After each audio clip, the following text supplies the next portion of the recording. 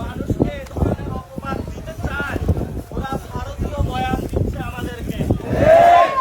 স্বরাষ্ট্রমন্ত্রী বলেছিলেন যে বাংলাদেশের অনেক অবৈধ, ভারত একটা খুনি রাষ্ট্র, একটা খুনি বাহিনী। এই খুনি বাহিনী থেকে, খুনি রাষ্ট্র থেকে বাংলাদেশের নাগরিকদেরকে রক্ষা করতে হবে। এই জন্য আমাদের বাংলাদেশের যারা সেনাবাহিনী রয়েছে, বিজিবি রয়েছে, ভালো পুলিশ অফিসার যারা রয়েছে, কোন বাংলাদেশি নাগরিক যদি কেউ অপরাধ করেও থাকে, তাকে খুন বা হত্যা করার কোন আন্তর্জাতিক কোন আইনের মধ্যে পড়ে না।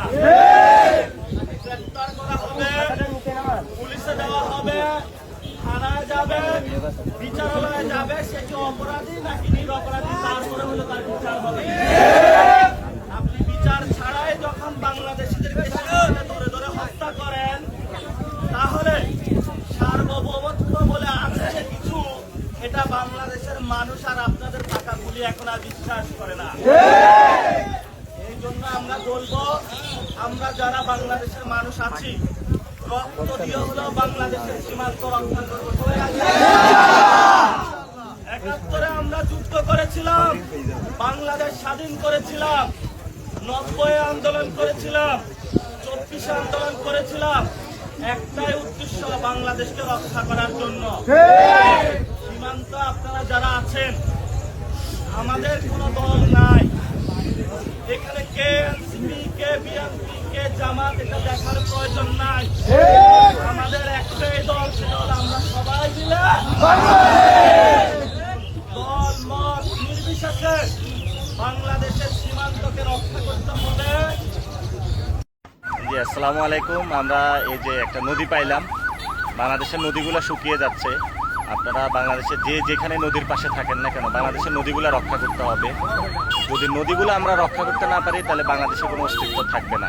নদীমাতৃক বাংলাদেশ, মাছে বাঁধা বাঙালি, এই নদীগুলো কিন্তু দিনের পর দিন ভারতের অত্যাচারের কারণে শুকিয়ে যাচ্ছে। আমরা আশা করব আমাদের সীমান্ত রক্ষা হবে, নদীগুলো রক্ষা থাকবে, বাংলাদেশ রক্ষা থাকবে। এটাই সবার আগে বাংলাদেশ। এই জন্য হলো আমাদেরকে যারা বুংবাং সবার আগে বাংলাদেশ শিখাচ্ছেন, এটা বলে লাভ নাই। সবার আগে বাংলাদেশ হলো নদী রক্ষা, সীমান্ত রক্ষা। তাহলে আপনি সবার আগে বাংলাদেশ হবেন, এর আগে সবার আগে বাংলাদেশ হইতে পারবেন না। আমরাই সত্যিকার অর্থে সবার আগে বাংলাদেশ। আসসালামু আলাইকুম।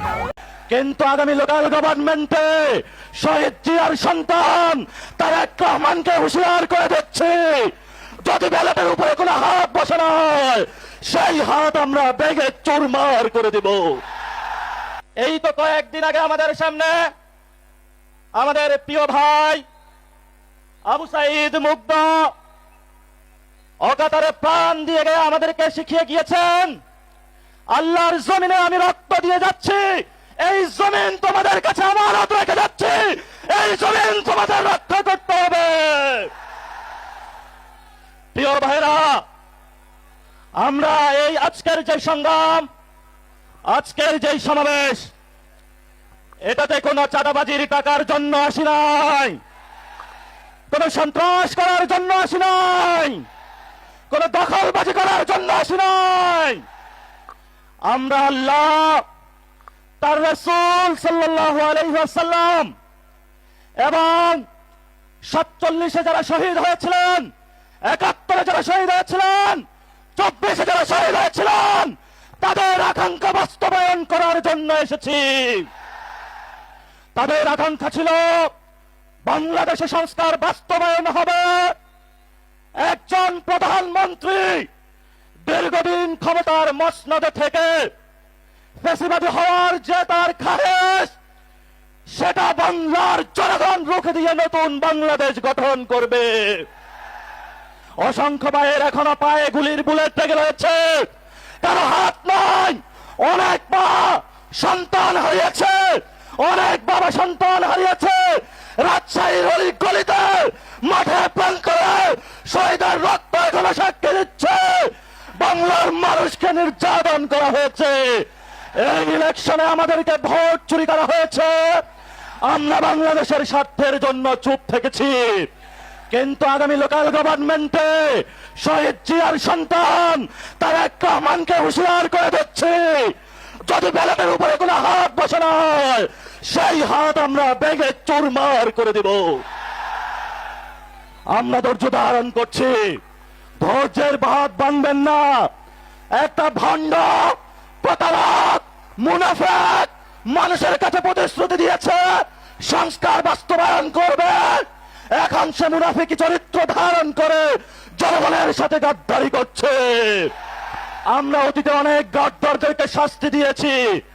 ইনশাআল্লাহ বাংলার মাটিতে যদি গণভোট বাস্তবায়ন না হয়, সংস্কার বাস্তবায়ন না হয়, বাংলার মাটিতে এদের বিচার হবেই হবে ইনশাআল্লাহ। শেষ কথা যেটা, পশ্চিমবঙ্গে গেরুয়া পতাকা এসেছে, আমরা এখানে আছি ইনশাআল্লাহ প্রস্তুত। সবাই প্রস্তুত আছেন? হাত তুলে সবাই দেখান, সবাই প্রস্তুত আছেন? বাংলাদেশের মুসলমানরা কাউকে ভয় পায়? আমরা কাকে ভয় পাই? আমরা একমাত্র আল্লাহকে ছাড়া কাউকে ভয় পাই না। অসংখ্য শহীদ আমাদের সামনে আছে, শহীদ হব, জান্নাতের বুকে ঘুরে বেড়াবো তোমাদের জন্য। তোমাদের মতো 2 টাকার মতো আমাদের জীবনের মূল্য না। শেখ হাসিনাকে নিয়ে আসবো এই দেশে, ফাঁসির কাষ্ঠে ঝুলাবো। তারা যেভাবে দেলোয়ার হোসেন সাইদি থেকে শুরু করে অসংখ্য মানুষকে বাংলাতে ফাঁসির কাষ্ঠে ঝুলিয়েছিল, আমরাও তাদের বিচার করব ইনশাআল্লাহ। শেষ কথা যেটা, সীমান্তে হত্যা হয়, উনি বলে সবার আগে বাংলাদেশ, বলে জাতীয়তাবাদী, এটা ভুয়া জাতীয়তাবাদী। সীমান্তে হত্যা হবে, কোন জাতীয়তাবাদী বসে থাকবে, এমন জাতীয়তাবাদী বাংলাদেশে প্রয়োজন নাই। এই আমাদের রাজশাহীতে মাওলানা ভাসানী, এখানে দাদার বয়সী অনেকে রয়েছেন, 90 বছর বয়সে বলেছিল আমার জলের অধিকার লাগবে, ভারত তুমি বড় রাষ্ট্র হতে পারো, কিন্তু পানির অধিকার আমি ছাড়বো না। আজকে ফারাক্কার ঐতিহাসিক দিবসে পানির অধিকার, সীমান্ত হত্যা বন্ধ, গণভোটের রায় বাস্তবায়ন, মানুষের বিদ্যুৎ গ্যাসের চাহিদা এবং শেখ হাসিনার বিচারের দাবিতে আপনারা যে ঐক্যবদ্ধ সংগ্রাম শুরু করেছেন, রাজপথে পার্লামেন্ট থেকে এখানে সংগ্রাম গড়িয়েছে, এই আজাদির সংগ্রাম চলবে। ইনকিলাব জিন্দাবাদ। আসসালামু আলাইকুম। কর্তৃপক্ষের কাছে ক্ষমা চাচ্ছি, একটু বেশি সময় নিয়ে গিয়েছি। আসসালামু আলাইকুম। আপনারা যদি দেখেন বাংলাদেশ ব্যাংকগুলোকে কিভাবে বাংলাদেশ ব্যাংকে যেভাবে হচ্ছে সেখানে একজন গভর্নর নিয়োগ দেওয়া হয়েছে, যে প্রক্রিয়ায় নিয়োগ দেওয়া হয়েছে, সেটি আসলে আমাদের অর্থনীতি পরবর্তীতে কোন দিকে যাবে একটি আশঙ্কাজনক একটি পরিস্থিতি, একটি উদ্বেগের সৃষ্টি করে অর্থনীতি নিয়ে যারা খোঁজ খবর রাখেন তাদের মধ্যে। একই সাথে সাথে আমরা দেখতে পাচ্ছি সাম্প্রতিক ইসলামী ব্যাংকের যে বিষয়গুলো আমাদের নজরে পড়ছে, সেটি অর্থনীতির জন্য স্বস্তিদায়ক নয়। সেজন্য ব্যাংক খাতের প্রভিশন ঘাটতি, যেটি ডিসেম্বর 2023-এ 193 বিলিয়ন টাকা থেকে ডিসেম্বর 2025-এ 1914 বিলিয়ন টাকায় পৌঁছেছে, মাত্র 2 বছরে 9.9 গুণ বৃদ্ধি পায়। কর জিডিপি অনুপাত এখনো এশিয়া ও প্রশান্ত মহাসাগরীয় অঞ্চলের অন্যতম নিম্নতম পর্যায়ে, যেটি হচ্ছে মাত্র 6.7%। সরকারি চাকরিজীবীদের বেতন কাঠামো, যেটা 2015 সালে লাস্ট আমরা দেখেছি বেতন কাঠামো হয়, আনুষ্ঠানিকভাবে পুনর্বচন হয়, এর পরবর্তীতে কিন্তু এখনো পর্যন্ত আনুষ্ঠানিকভাবে কোনো পুনর্বিবেচনা করা হয়নি। 1,40,00,000 মানুষকে স্মার্ট ফ্যামিলি কার্ডধারী বলা হলেও সেক্ষেত্রে এই 1,20,000 কোটি টাকা প্রত্যেক বছর লাগবে। সেই অর্থ কিভাবে সংস্থান করা হবে, সেই অর্থে কি অন্যান্য সোশ্যাল সেফটি নেটস থেকে কাটা হবে কিনা, যদি কাটা না হয় আগের সোশ্যাল সেফটি নেটস এর আওতাটা বিদ্যমান রেখে কিভাবে 1,20,000 কোটি টাকা প্রত্যেক বছর সোর্সিং করা হবে, সেই প্রশ্নগুলো কিন্তু আমাদের সামনে আসছে। এবং পরবর্তীতে জ্বালানির যে ইস্যুটা, পরবর্তী বাংলাদেশের আমরা যে কর্মসংস্থান নিশ্চিত করতে চাই, আমরা জ্বালানি স্বনির্ভর হওয়ার রূপরেখাটা আমরা কি আসলেই পাবো কিনা, নাকি আমদানি নির্ভর জ্বালানিটা থাকবে।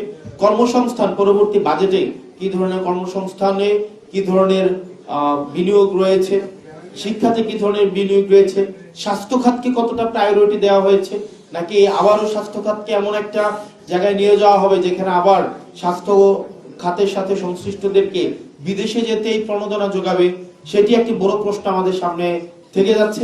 এই সার্বিক বিষয়ে আমাদের এনসিপি আমাদের বাজেট প্রস্তাবনা আজকে আপনাদের সামনে উপস্থাপন করবে। আমাদের এই বাজেট ছায়াবাজির টিম দীর্ঘ 2 মাসের বেশি সময় ধরে আমরা বিভিন্ন স্টেক হোল্ডারের সাথে কথা বলেছি। আমরা ব্যবসায়িক সমিতি বিভিন্ন ব্যবসায়িক সমিতির সাথে যেভাবে আমাদের কথা হয়েছে, একই সাথে সাথে আমাদের ভোক্তা পর্যায়ে আমাদের কথা হয়েছে, অ্যাসিমির সাথে যেমন আমরা কথা বলেছি, একই সাথে সাথে বাংলাদেশের যে বড় প্রতিষ্ঠানগুলো রয়েছে ব্যাংক, বিজিএমইএ, বিকেএমইএ, এফবিসিসিআই, আমাদের যত ব্যবসায়িক প্রতিষ্ঠানগুলোর স্টেক হোল্ডার রয়েছে আমরা তাদের সাথে আলাপ করার চেষ্টা করেছি, সুদীজনদের সাথে আলাপ করার চেষ্টা করেছি, পলিসি মেকার যারা আছে তাদের সাথে আলাপ করার চেষ্টা করেছি।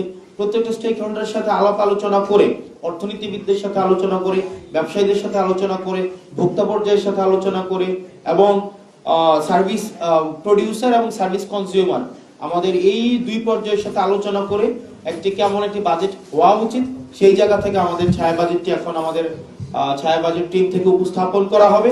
সময়ের সাথে সাথে দেখা দেয় নিত্য নতুন প্রয়োজন, রেডি থাকতে হয় প্রতি মুহূর্ত। তাই এলো ইনোভার, যেন আপনি লাইফে থাকেন রেডি প্রতিদিন। Innova, designed for now.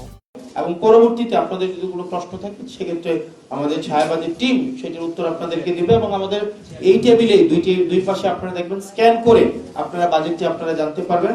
এবং আমাদের এনসিপি আমরা যে অঙ্গীকার দিয়েছি, আমরা একটি সমতা ভিত্তিক অর্থনীতি আমরা নিশ্চিত করব যেটি হবে বৈষম্যহীন, একই সাথে সাথে রাষ্ট্রের সাথে জনগণের যে একটি অঙ্গীকারের সম্পর্ক সেই অঙ্গীকারের সম্পর্কটি আমরা নিশ্চিত করব এবং দায় ও দরদের ভিত্তিতে, যেখানে শুধুমাত্র আমরা ভোক্তাদের স্বার্থ যেমন আমরা সংরক্ষণ করার আমরা অঙ্গীকার করছি, একই সাথে সাথে যারা উৎপাদক রয়েছে তাদের স্বার্থ আমরা সংরক্ষণ করার একই সাথে সাথে আমরা অঙ্গীকারবদ্ধ। আমরা যারা ট্যাক্স দেয় তাদেরকে যেভাবে ট্যাক্স দিতে আমরা উৎসাহিত করব, এটি বলে যে ট্যাক্স হচ্ছে রাষ্ট্রের সাথে আপনার একটি কমিটমেন্ট, আপনি রাষ্ট্রের প্রতি কিভাবে আস্থা রাখেন। একই সাথে এই ট্যাক্সের অর্থ দিয়ে যেভাবে রাষ্ট্রের বিভিন্ন পরিষেবা উৎপাদিত হয়, যেটি সাধারণ জনগণের দোরগোড়ায় পৌঁছে দেয়, স্বাস্থ্য শিক্ষা থেকে শুরু করে বিভিন্ন সেবামূলক কার্যক্রম যেভাবে আমাদের রুলিং হয় সেটি যেন জনগণ বান্ধব হয়, জনগণের জন্য হয়, সেটিকেও আমরা নজরদারিতে রাখবো যেন এই বাজেটের যে অর্থটি বরাদ্দ হবে প্রত্যেকটি পয়সা যেন জনগণের কাজেই ব্যবহৃত হয়, শুধুমাত্র সংখ্যা ভিত্তিক নয়। নাম সর্বস্ব, সংখ্যা নির্ভর, পরিসংখ্যান নির্ভর, গাল সর্বস্ব কোনো বাজেট আর দেখতে চাই না। যে বাজেটটি প্রকাশিত হবে সেই বাজেটটির প্রত্যেকটি অর্থ যেন সেখানে সুফল জনগণের কাছে পৌঁছায়, সেই ধরনের একটি বাজেট উপস্থাপন করবে আমাদের ছায়া বাজেট কমিটি। আপনাদের সবাইকে ধন্যবাদ আজকের এখানে উপস্থিত হওয়ার জন্য। আসসালামু আলাইকুম ওয়া রাহমাতুল্লাহি ওয়া বারাকাতুহু।